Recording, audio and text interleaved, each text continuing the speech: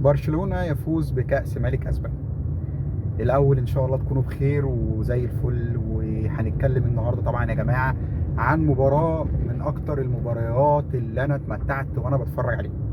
مباراه نهائي كأس اسبانيا بين ريال مدريد وبرشلونه. المباراه من كتر الحماس والدراما اللي كانت فيها الواحد فعلا كان مبسوط جدا وهو بيتفرج عليها. شفنا المباراه، برشلونه بدأ حلو جدا، بيعمل هجمات كويسه، قدر يجيب هدف.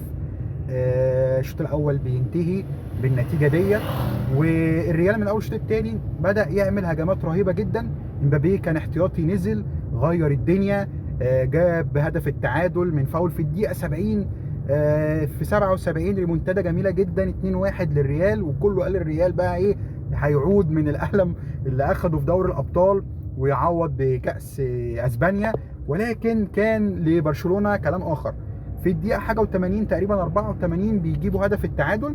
بنخش بعد كده في شوط اضافي، بيجيبوا هدف ويتلغي، وكان ليهم ضربه جزاء مش ضربه جزاء فعلا ما اتحسبتش، ويجيبوا الهدف الثالث ويعملوا ريمونتادا تاريخيه. برشلونه مبروك بجد، يستاهلوا البطوله دي.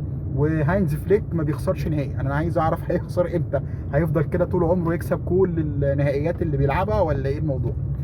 تمام تمام، حلو جدا. كان معانا للاسف خبر زعلني جدا جدا، اصابه محمد عبد المنعم مدافع منتخب مصر ونادي نيس الفرنسي برباط صليبي.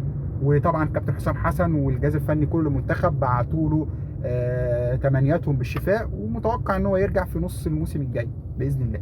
ربنا يشفيه يا رب. بيراميدز كان بيجدد اعتراضه على موضوع نهائي كأس مصر يوم 20 مايو، بما انه هيلعب مباراة النهائي بتاع سان داون في دوري ابطال افريقيا الذهاب في جنوب افريقيا يوم 24، المباراة يوم 20، وعنده ماتش في الدوري يوم 18 تقريبا او 17.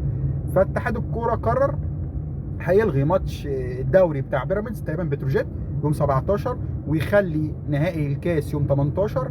فيبقى في فراغ لبيراميدز. ربنا يوفق بيراميدز ان شاء الله في بطولة افريقيا، نتمنى يفوز باللقب بعد خروج النادي الاهلي. وانا كده اكون خلصت النهارده، وان شاء الله يومكم يبقوا جميل.